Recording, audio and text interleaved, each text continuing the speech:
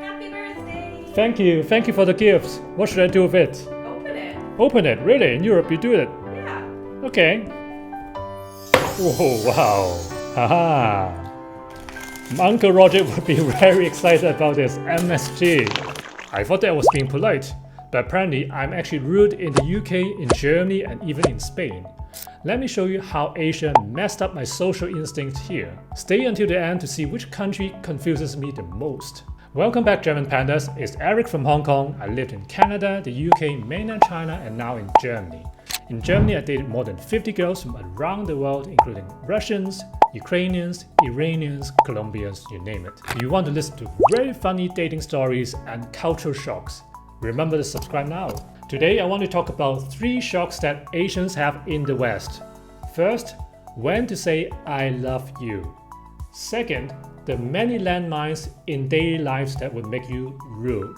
Third point, when to have physical contacts. Shock number 1, I love you means totally different in different countries. In the US, very normal people will say I love your shirt.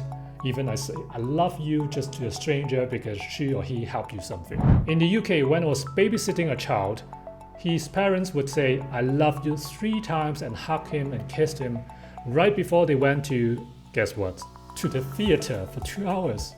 They were not immigrating to Antarctica forever, but this is just kind of expression of love to their child. In Germany, couples even together for a long time would not say I love you. So they would just say ich hab dich lieb. So basically it means that you're very dear to me. So the only chance they would say ich liebe dich, I love you, is more like Titanic moments that you're drowning and dying, the last moments. Maybe they would say it. In Asia, we never ever say I love you at all, only in some crazy romantic movies. In real life, we will not say it to our partners, let alone the parents. So the more realistic is that we do something silently for you, less like cooking for you or cleaning up the room for you. Shock number 2, daily landmines in Europe for being rude. In Europe and the US, people in general expect you to open the gift immediately in front of them. So I had my birthday a few days ago and the people were looking at me so expectantly. And I was thinking, okay, what should I do? What am I supposed to do? But anyway, I just tucked it away into my bag. That reminds me of many years ago, I gave a small gift to my British teacher. And then he just ripped open the gift right in front of me. I was so shocked, my jaw just dropped, like, mai va. This is considered to be super rude in the most of Asia. But funny enough, we just take the gift in Asia, we hide it away, we open it at home. Whether we hate it or we don't like it, we don't just show up our face. But in Europe, I asked my friends and she said, hey, actually no, you need to show it in front of you. You know, you're happy you like the gift. I say, what? What if I don't like it? I need to pretend that I like it? This I don't like. So you guys, leave me in the comments below whether you experienced something similar. Either you are being rude or someone else being rude, quotation mark. Secondly, even birthday wishes has the landmines. Never ever say happy birthday before the actual birthday in Germany. It is considered to be bad luck. The first time I did it with a German friend, he almost wanted to punch my face. Seriously. The third thing being rude in Germany is that not punctual. So the range is very small in Germany. Unlike in South America, you could be 2 hours late, it's not a big deal. But here, you need to sharp on time. However, being too early is also being rude. So you need to be 5 minutes before the appointment. Exactly. As I mentioned, punctuality have different definitions across borders. How about in Hong Kong?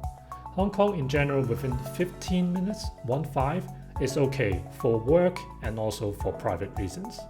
But you are beyond 20 minutes, it will start to raise some eyebrows. I also experienced that in Spain. I had a business trip there in Madrid and I couldn't find a way, so I only arrived 10 minutes before the meeting. And there was a queue in front of the reception, so I was quite nervous. Until I saw the external partner, who was even later, and he's supposed to sell things to us. And then at the very end, the meeting only started 40 minutes late, 40. And then no one seems to care, which is surprising. And I was very anxious even during the meeting because I was waiting and waiting when is it going to start because I need to talk about my things. But people were so chill. I guess the only thing that's on time is the wine. The fourth landmine in Europe is that you're expected to have some small talks when you're in a meeting or make a call. Because in Hong Kong, you go straight to the point, you call and say, hey, that's my name, my department, we want something, by when, and then that's it. But here you're expected to say, hey, how are you doing?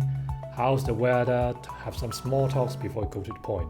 Or else it's considered to be rude. And I was being considered to be rude for many times. And I think business small talks is something that Asians are considered to be not very good. I saw it actually a few days ago. A Chinese guy was with some other colleagues from Germany. And then he was just sitting there and there were some other Indians as well. He's the only guy who didn't speak. Because probably he was thinking, hey, you guys are just talking bullshit. Why don't you go straight to the point? But unfortunately, this is the way how you do business here. Shot number 3, physical context and expressions. So in Germany, it's very normal. If you meet some new friends, you will shake their hands or new business partners. But my sister was laughing at me because I did the same thing. And in Hong Kong, only very formal occasions like business partners, you will shake the hands. You won't shake hands when you meet some new friends. But it's totally different here. In Asia, we just silently pretended we don't see someone and escaped. No, just kidding. But we just say hi and bye, waving our hands, but we will never touch each other or hug, let alone air kisses. One German friend once said, well, why don't you hug me back? Or why don't you shake my hand? I would say, do we have to? But this is the customs, yeah.